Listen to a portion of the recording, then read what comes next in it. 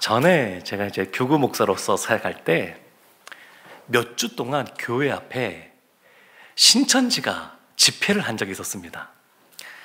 그러니까 인도 이쪽은 도로니까 그 도로를 점유해서 시위를 하는데 얼마나 많이 참여를 하는지. 근데 문제는 그 교회 본당과 교육관 사이에 도로에 점유하고 거기서 시위를 하는 겁니다. 그러면 성도님들이 교회 올 때마다 다 볼 수밖에 없고, 더 문제는 어린 다음 세대 우리 아이들이 그 현장을 계속 보는 겁니다. 근데 그분들이 가만히 서 있는 게 아니라 구호도 외치고, 또 그들이 그렇게 할 때 노리는 것이 뭐냐면 충돌이 발생하는 걸 원합니다. 그러니까 성도님들 중에서 여기서 지금 뭐 하는 거냐 이렇게 말하고 하면서 거기서 충돌이 발생하고 경찰이 출동하고 이런 거는 그들이 원하는 겁니다. 그래서 이 의분이 있는 성도님들을 달래는 것이 교구 목사인 저의 몫이었습니다. 그냥 이것을 오히려 다툼하면 그들의 노림수에 넘어가는 거니까 그냥 지금 이 시간에는 잘 넘어갑시다, 그렇게 얘기했던 적이 있습니다. 우리 이제 20살이 되어서 또 대학에 이제 입학을 앞두고 있는 우리 청년들도 있는데, 제가 말씀드렸듯이 이단들이 가장 많이 활동하는 시기, 수능이 끝난 다음부터 그 다음에 5월까지 아주 집중적인 이 이단이 찾아오는 시기입니다. 피할 수가 없습니다. 본인이 인식하는 경우가 50%, 인식하지 못하는 경우가 50%인데 99%는 찾아온다고 봐야 됩니다. 그러니까 나는 예배겠지 생각하시면 안 됩니다. 쓸 수 있는 모든 방법을 늘 새롭게 연구하고 그들이 늘 다양한 방법으로 찾아옵니다. 근데 진짜 열심히 있습니다. 제가 신천지 있는 분들 이렇게 만나보고 그러면 정말 열심히 있고요. 근데 신천지보다 한국 이단들 중에서 더 위험한 이단은 하나님의 교회를 꼽습니다. 왜 하나님의 교회를 꼽냐면, 다른 한국형 이단들은 교주가 죽고 나면 다 새가 사그러들었습니다.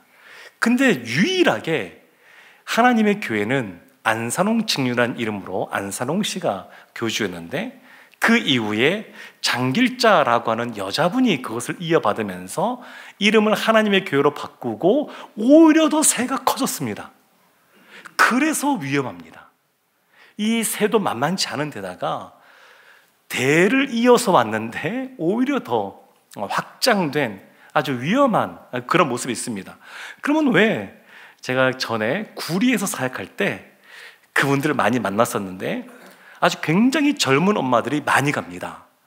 왜 많이 가느냐? 우리 아이를 낳아서 키우고 계시는, 또 키워보신 우리 여자 성도님들 아실 텐데 요즘 혼자 아이 키우기가 너무 힘듭니다. 근데 거기 가면 다 아이를 봐줍니다. 맨투맨으로 다 봐줍니다. 집에서 혼자 아이 보는 거 버겁고 힘든데 거기 가면 그 아이를 맡아줍니다. 그래서 상당히 많은 사람들은 그곳이 이단인 걸 알면서도 그곳에 갑니다. 왜냐하면 혼자 육아하기가 너무 힘드니까, 어려우니까. 근데 거기 가면 다른 분들이 막 이렇게 안아주고, 그리고 아이도 봐주고, 그 안에서 되게 따뜻하게 해주고, 그런 열심이 있습니다. 그래서 이단인 걸 알면서도 그곳에 다니기 시작하고, 그러다가 관계도 형성되고, 그러니까 알면서도 못 나누는 경우가 굉장히 많습니다. 제가 왜 이단들 이야기를 하느냐? 오늘 본문이 이단 같은 열심 있는 사람들이 처음에 등장하기 때문입니다. 오늘 본문 읽기 시작합니다. 우리 15절 말씀에 보면 화 있을진저라고 시작하는데 23장에 나오는 7번의 화에 대해서 나오는데 그 중에 2번째, 3번째, 4번째가 오늘 본문에 나옵니다. 근데 그 2번째에 해당되는 15절 말씀 우리 함께 합독해서 먼저 보도록 하겠습니다. 화 있을진저 외식하는 서기관들과 바리새인들이여, 너희는 교인 한 사람을 얻기 위하여 바다와 육지를 두루 다니다가 생기면 너희보다 배나 더 지옥 자식이 되게 하는도다. 아주 심각한 내용이 여기 나옵니다.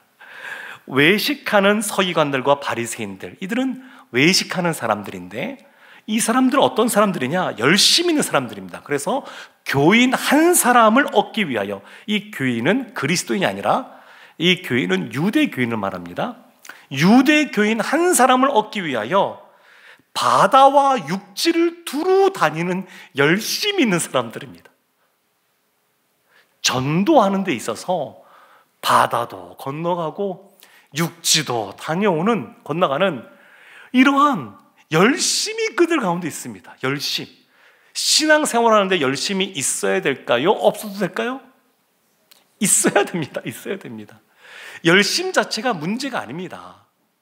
당연히 있어야 됩니다.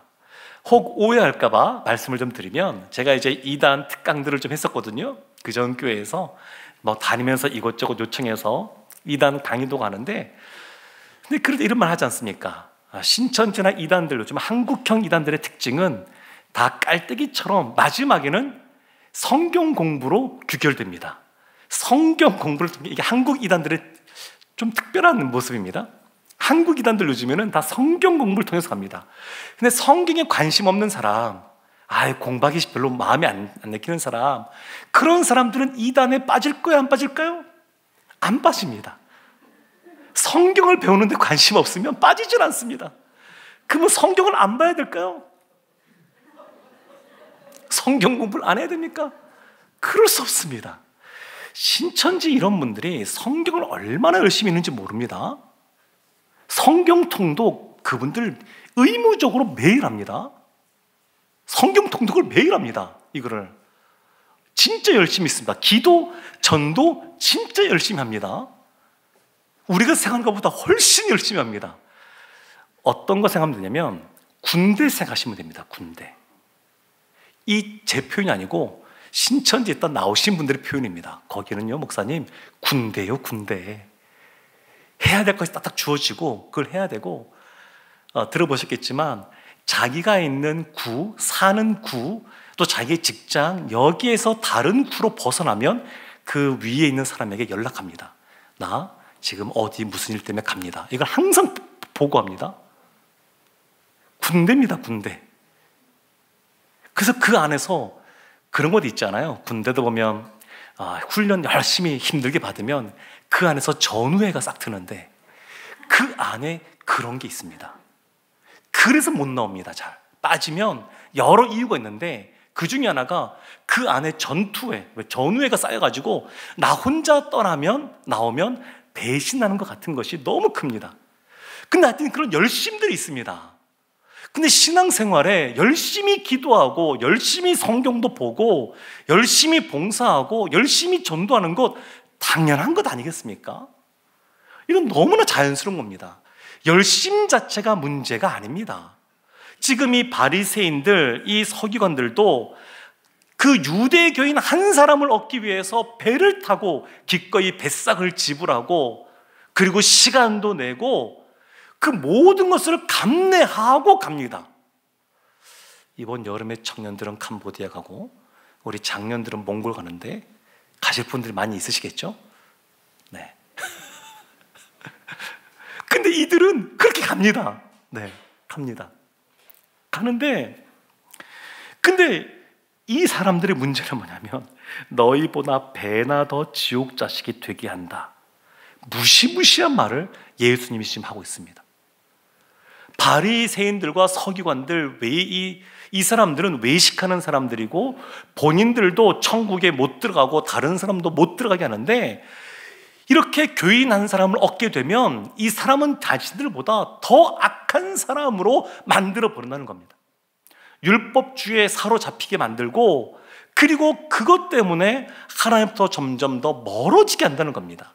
그래서 오늘 말씀을 쭉 보면 정말 중요한 것은 하나님이 왜 율법을 주셨는지 그 뜻을 알고 그것을 분명히 알고 행해야 된다, 그런 말씀들을 하고 있습니다. 이어지는 말씀도 이렇게 마찬가지인데 이 외식과 관련해서 우리가 꼭 기억해야 될 것이 있습니다. 그것은 우리가 율법을 행하고 무엇인가 하나님의 말씀대로 순종해 가는데, 또 무엇인가 결정하면서 가는데, 그 마지막이 우리의 방향의 끝에 무엇이 있는지, 누가 있는지를 우리가 늘 기억해야 됩니다. 생각해야 됩니다. 우리의 마지막에 무엇이 있어야 되냐면 복음이 있어야 됩니다. 우리의 마지막 끝에 예수 그리스도가 있어야 됩니다. 그것이 우리의 신앙의 결론이 되어야 됩니다. 그러니까 신앙생활하면서 안타까운 거지만 한국교회 많은 교회들이 요즘 어려움을 겪고 있는데, 그 교회 안에 여러 가지 있습니다. 저도 오늘 오래된 친구로부터 연락을 받았는데, 신앙생활을 쭉 오랫동안 쉬고 있는 친구입니다. 근데 그런 얘기를 해요. 예전에 보면 참 교회 안에 여러 가지 존경하지 못할 만한 안 좋은 모습들이 그냥 그 교회 안에 있었던 그 예전 기억을 떠올리면서 저 얘기합니다. 그래서 제가 얘기했습니다. 그렇지. 원래 교회는 죄인들이 모이는 곳이어서 그런 모습들이 있어. 그런데 그 상태로 머물러 있는 것이 아니고 시간이 지날수록 변해가. 제가 이렇게 친구에게 이렇게 말을 했는데, 근데 교회 안에 여러 가지 분쟁이 생기는데, 분쟁 생길 때 어떻게 생기냐면 이 율법 때문에 생깁니다. 말씀 가지고 다툽니다. 다툼이 생기고 분쟁이 생기는데 다 하나님을 위하여, 교회를 위하여, 또 말씀을 가지고 그 안에서 분쟁들이 생기는 겁니다. 내가 생각하기에 이것이 하나님께서 말씀하신 것이라고 생각하고 그것을 소리 높여 말하다 보니까 그 안에서 다툼이 발생합니다. 근데 그 마지막에 무엇이 있어야 되냐면 예수 그리스도가 있어야 됩니다. 예수님이 드러나지 않고 하나님의 영광이 나타나지 않으면 다시 한번 돌이켜 보아야 됩니다. 지금 이 유대인들, 이 바리새인들, 서기관들이 하나님이 주신 말씀 가지고 이와 같이 지금 악을 행하고 있는 겁니다. 너무 안타까운 모습입니다. 이단의 교주들 정말 나쁜 사람들입니다. 말씀으로써 사람들을 미혹하는 겁니다. 말씀을 있는 그대로 정확하게 드러내는 것이 아니라 말씀을 왜곡되게 보게 하니까 신천지에서 아무리 성경을 읽어도 하나님을 깨닫지 못하는 겁니다. 말씀을 색안경을 끼고 보게끔 교육을 시킵니다. 그 과정을 거친 다음에 이제 본인들이 신천지라는 것을 드러내고 그 다음에 이렇게 받아들이고 하는 그런 과정들이 있습니다. 그러니까 성경을 봐도 제대로 못 보게 그렇게 교육을 시키고 그 다음에 보게 하는 겁니다. 그러니까 말씀을 그냥 피상적으로만 알면 안 됩니다. 그래서 외식하지 않으려면 하나님이 어떤 분이신지를 알아야 됩니다. 하나님을 알아야 됩니다. 하나님이 이 말씀을 통하여 우리에게 알려주고 계시는데, 그래서 이 말씀을 힘써 알아야 됩니다. 말씀을 소홀히 해서는 안 됩니다. 말씀을 힘써 알아야 됩니다. 그래야 외식하지 않고 하나님이 원하시는 대로 신앙생활을 할 수가 있습니다. 하나님을 분명히 알아야 이단들처럼 이렇게 우리가 그들은 잘못된 진리를 가지고도 저렇게 열심히 사는데 우리는 그래도 열심히 저렇게 하진 않지만 그래도 우리는 참된 진리가 있으니까 괜찮아, 이렇게 위안 상황을 넘어갈 문제가 아닙니다. 제가 그런 성도님들 많이 만나봤습니다. 이단 교육하면서 나는 그래도 저렇게 열심히 없으니까 나는 그래도 괜찮다, 이렇게 위안 삼는데 그게 꼭 좋은 모습이 아닙니다. 우리 안에 하나님을 바로 아는 지식이 있으면 우리의 가슴이 뛰게 되어 있습니다. 우리 안에 그리스도의 사랑이 차게 되고 하나님을 기쁘게 하기 위하여 우리의 신앙생활의 초점이 맞춰지게 됩니다. 신앙생활은 뒤에도 계속 나오지만 신앙생활할 때 왜 바리새인들과 서기관들이 이렇게 하는 거냐면 결국 자기 만족을 위해서 하는 겁니다. 신앙생활을 왜 하느냐? 결국 자기 자신을 위해서 하는 겁니다. 하나님께서 우리에게 신앙생활을 허락하신 것은 하나님을 위하여, 하나님의 영광을 위하여 우리 가운데 이것을 하라고 말씀하신 건데 자기 자신을 생각하는 겁니다. 그러니까 다른 사람이 볼 때 나를 얼마나 존경할까? 그리고 내가 이렇게 행하는 것, 다른 사람을 돕는 것도 이것이 얼마나 나에게 만족이 되는가, 이런 것들에 더 중요하게 다가오면, 물론 신앙생활하면서 하나님이 주시는 만족이 있습니다. 기쁨이 있습니다. 평강이 있습니다. 위로가 있습니다. 사랑이 있습니다. 당연합니다. 그런데 그것은 예수 그리스도 안에 거할 때 나타나는 자연스러운 그러한 열매들일 뿐입니다. 그것 때문에 신앙생활하는 건 아닙니다. 우리의 마음에 위안을 얻고 그냥 평안해지기 위해서, 교양을 쌓기 위해서, 남들 보기에 괜찮아 보이고 그럴싸해 보이니까, 우리는 그런 분 안 계십니다만, 이제 선거철 다가오니까 표를 많이 얻기 위해서, 저 꽤 많이 만나봤습니다.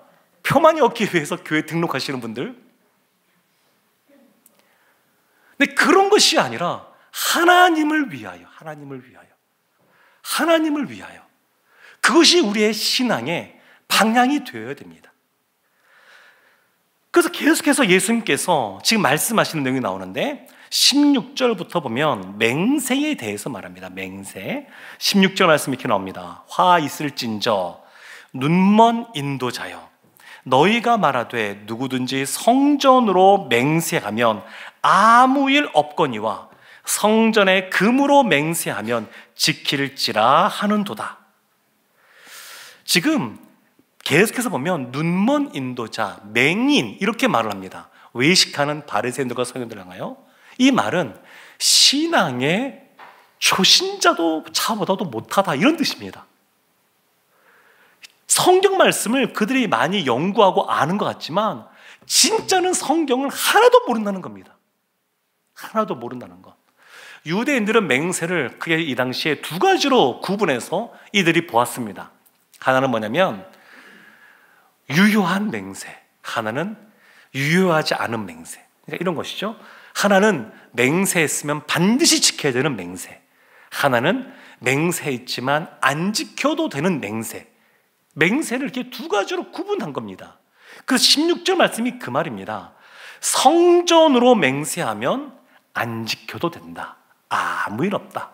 그런데 성전에 금으로 맹세하면, 성전의 기둥들에 금을 씌우지 않았습니까? 성전에 금으로 맹세하면 그것은 반드시 지켜야 된다. 이렇게 가르치는 겁니다. 18절에도 똑같은 내용입니다. 너희가 또 이르되 누구든지 제단으로 맹세하면 아무 일 없거니와 그 위에 있는 예물로 맹세하면 지킬지라 하는도다. 제단으로 맹세하면 안 지켜도 되고, 그런데 그 제단 위에 있는 제물, 예물로 맹세를 하면 그것은 반드시 지켜야 된다, 이렇게 말하는 겁니다. 왜 이렇게 말을 했을까요? 그들의 생각에 성전도 중요한데 성전에 금을 씌운 것은 더 좋은 것이다. 제단도 좋은 것이지만 제단 위에 예물을 올려드리는 것은 더 귀한 것이다, 이렇게 생각들을 했습니다.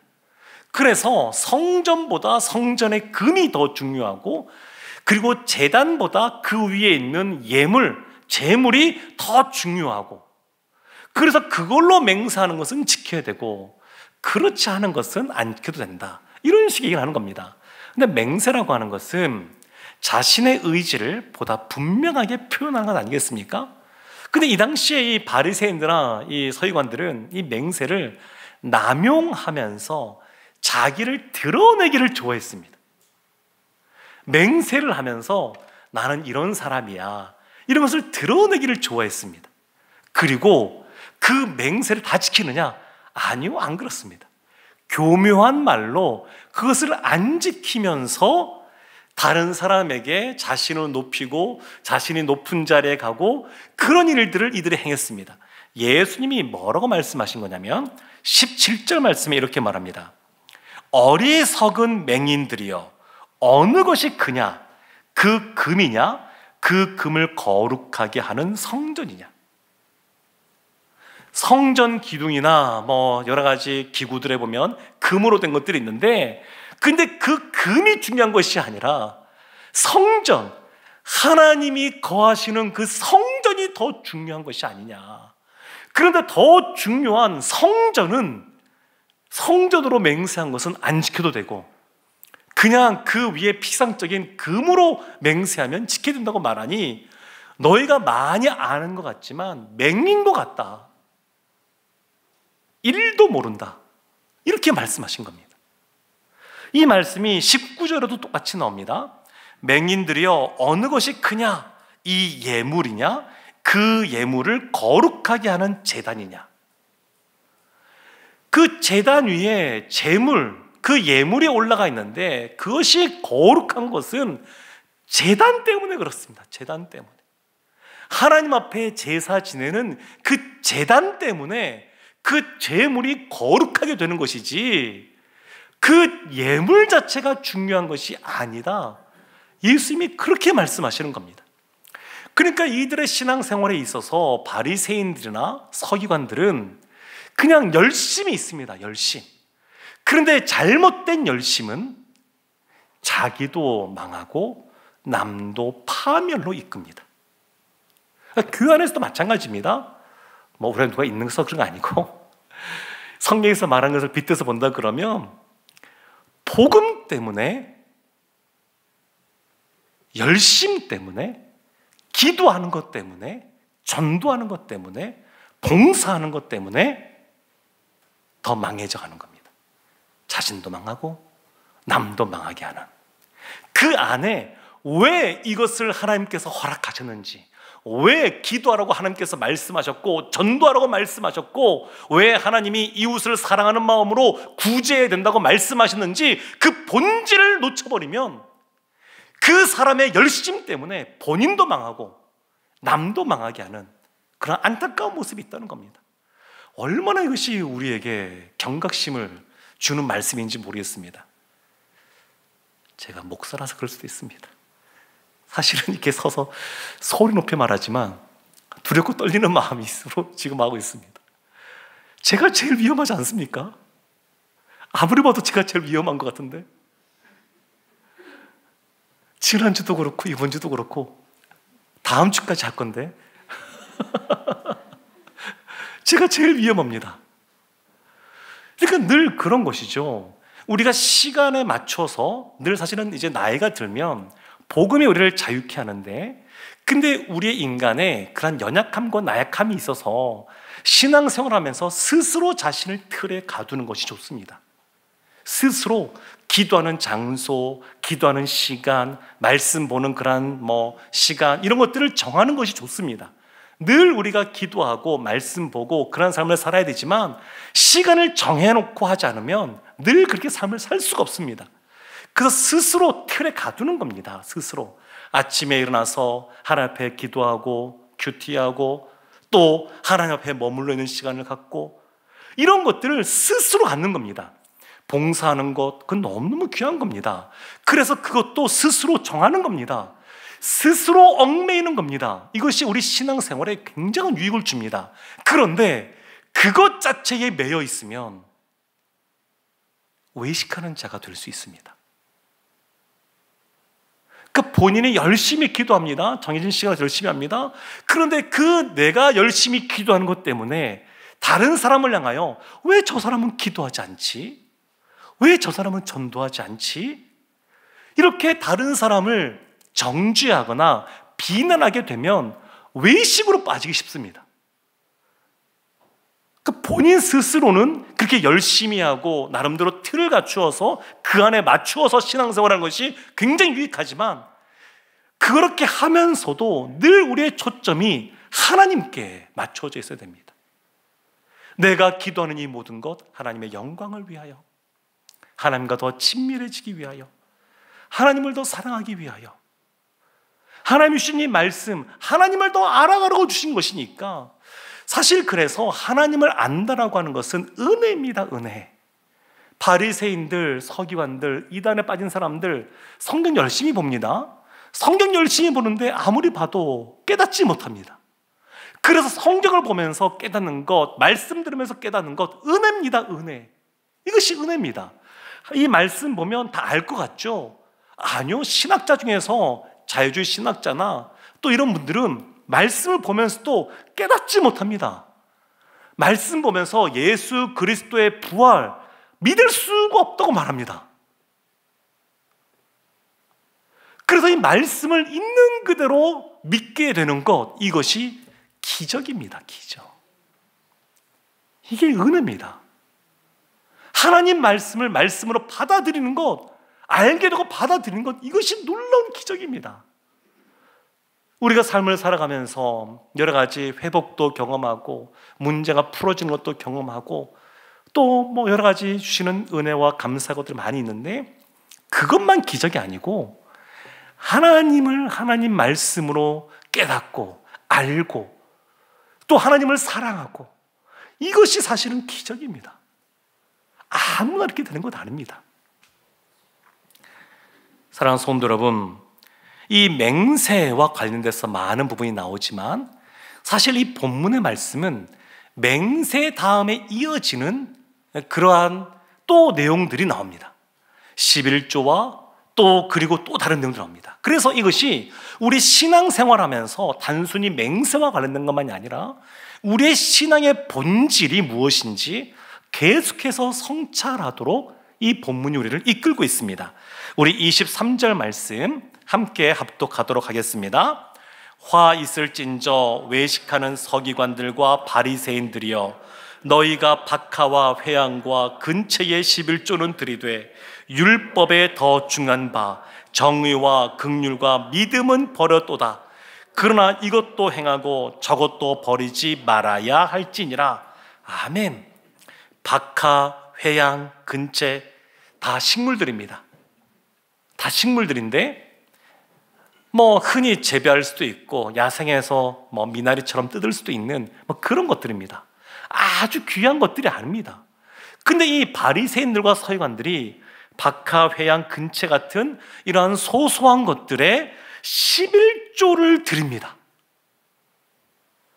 작은 것도 11조를 드리는 모습을 보여줍니다. 그런데 율법에 더 중한 바 정의, 긍휼, 믿음은 행하지 않습니다. 뭔가 작은 것은 뭔가 특별히 구별해야 된다고 사람들에게 말하고 그것을 지키라고 말하고 그렇게 하면서 자신의 권위를 세워가는데, 더 중요한 정의, 긍휼, 믿음은 버렸습니다. 예수의 말씀이 이것도 행하고 저것도 버리지 말아야 할지니라. 사실 이 박하, 회양, 근체같이 작은 것에 11조도 해야 됩니다. 그 안 하는 것이 아닙니다. 그러니까 구약의 말씀과 신약의 말씀을 잘 이해해야 되는데, 신약의 말씀이 훨씬 높은 기준을 우리에게 요구합니다. 마음으로 하나님을 사랑하기에 하나님 베푸신 것에 감사한 마음으로 예물을 드리는 것, 율법에 의해서 10분의 1을 떼서 드리는 것, 그것이 아니라 마음으로 해야 됩니다. 마음으로. 그래서 예수님께서 가난한 과부의 2렙돈 그 장면을 보시고 누구보다 많이 했다, 그렇게 말씀하지 않으십니까? 그러니까 예물은 양이 중요한 게 아닙니다. 질이 중요합니다. 그 어떠한 마음으로 이 예물을 하나님께 드리느냐, 그것이 중요합니다. 그래서 정의, 긍휼, 믿음도 행해야 되고 작은 것이라도 하나님 것은 하나님께 돌려드려야 되고, 이런 모습이 있어야 됩니다. 어거스틴이 이런 유명한 말을 했습니다. 돈은 사용의 도구이지 사랑의 대상이 아니다. 오직 우리의 사랑은 하나님께 향해야 된다. 이런 유명한 말을 했습니다. 그러니까 사실 이 재정에 대해서, 물질에 대해서 예수님이 진짜 많이 말씀하십니다. 비유 중에 가장 많이 드는 비유가 이 물질입니다. 왜 이렇게 많이 들까요? 우리가 이 물질에 약한 걸 아시기 때문입니다. 어떤 사람이 헌금할까요? 이 말씀 보면 예수님을 사랑하는 사람. 분명합니다. 주님을 사랑하는 사람이 예물을 드리는 겁니다. 분명합니다. 다른 사람의 눈과 시선을 생각하고 드리는 것도 아니고, 하나님이 주셨으니 하나님께서 주셨던 것을 인정하면서 하나님 앞에 감사함으로 드리는 겁니다. 잘못된 분들이 이러한 이야기를 한 분들이 있습니다. 말라기서에 나오는 것은 다 구약의 율법에 해당되고 이제는 신약시대를 살아가는 오늘날에는 11조 안 해도 된다 이렇게 말을 하시는 분도 계시는데 아닙니다. 우리가 아는 것처럼 구약의 율법에서는 간음하지 말라, 육체적으로 행하지 않으면 됩니다. 그런데 신약시대에서는 뭐라고 말하냐면 마음으로도 간음하면 간음한 것이다. 십계명의 10번째에 탐심에 대해서 말하고 있는 것처럼 더 높은 수준을 요구하십니다. 그래서 할 수 있으면 록펠러처럼 10분의 9를 들여도 넉넉하게 살아가고 다른 것 할 수 있을 만큼 되면 10분의 9를 들여도 전혀 문제되지 않습니다. 그만큼 하나님이 많이 부으셨으니 하나님이 주셨던 것을 인정하고 주님을 사랑하기에 더 많이 드렸다는 것 뭐가 문제가 됩니까? 그런데 이것이 진짜 중요한 우리 신앙의 아주 본질적인 부분입니다. 주님을 사랑한다고 하면서 예물을 드리지 않는다? 물론 드릴 형편이 가난한 과부의 두레돈밖에 없는 그런 형편이나 그런 것과 좀 다른 이야기입니다. 아시죠? 하나님이 주셨는데 그냥 내가 생각할 때 사업해서 하나님이 주신 한 주에 주신 것이 한 달에 주신 것이 1,000만 원이다. 그러면 그냥 그 중에 10분의 1, 100만 원 닦은 게 좋죠. 근데 생각보다 많은 사람들이 하나님께서 2,000만 원을 주셔도 3,000만 원을 주셔도 1억을 주셔도 얼마 하느냐? 100만 원 하는 사람 생각보다 많습니다. 하나님이 훨씬 많이 주셨는데 100만 원 주셨을 때 10만 원 하는 것은 어렵지 않은데 근데 1,000만 원 주시고 100만 원까지는 할 수 있겠는데 하나님이 1억을 주셨는데 1,000만 원은 어렵다. 생각보다 저는 많이 만나봤습니다. 주님을 사랑하는 사람이 예물을 드립니다. 이것은 아주 밀접합니다. 물질과 주님을 사랑하는 것은 아주 밀접합니다. 그래서 예수님을 사랑하는 사람은 마음으로 하나님이 주셨음을 인정하며 드리는 겁니다. 24절 이렇게 말합니다. 맹인된 인도자여 하루살이는 걸러내고 낙타는 삼키는 도다. 하루살이를 걸어낸다. 이것은 뭐냐면 하루살이 있지 않습니까? 날파리 같은 그런 것이 있는데 이 당시에 유대인들 보면 포도주를 늘 많이 음료처럼 마셨으니까 근데 음료를 포도주로 마시려고 하는데 날파리가 달콤한 향에 이끌려서 고로 똑 떨어지는 겁니다. 그러면 성경의 곤충은 부정한 걸로 나오거든요. 날개 있는 그 곤충은. 근데 그 딱 떨어진 거 보고 부정하다. 그래서 망을 씌워놨습니다. 망을. 부정하니까. 내가 마실 포도주인데 부정해지니까 날파리들이 떨어지지 못하도록 망을 씌워놨습니다. 근데 지금 뭐냐면 그 하루 살리는 걸러내면서도 낙타도 성경에서는 부정한 동물로 나옵니다. 되새김질을 하지만 굽이 나눠져 있지 않기 때문에 부정한 동물 나옵니다. 낙타가 얼마나 큽니까? 근데 그 작은 하루살이는 걸러내면서도 낙타는 삼키는 겁니다. 낙타는 작은 죄 짓지 말라고 막 하는데 그 마음에 커다란 탐심, 하나님의 영광을 위한 것이 아니라 자기 자신의 만족과 자기 자신의 위로와 자기 자신의 어떤 평화를 위해서 무엇인가 그냥 이거는 괜찮아 하고 눈 감아 버리는 것, 이런 것 외식이라고 말씀하고 있는 겁니다. 그래서 사도 바울이 이런 말씀하죠. 고린도전서에서 그런즉 너희가 먹든지 마시든지 무엇을 하든지 다 하나님의 영광을 위하여 하라. 모든 것이 가하지만 다른 성도가 볼 때 유익한 것이 아니면 절제할 수도 있고, 그런 이야기들을 사도 바울이 고린도전서에서 하고 있습니다. 사랑하는 성도 여러분, 우리가 연약한 부분들이 있습니다.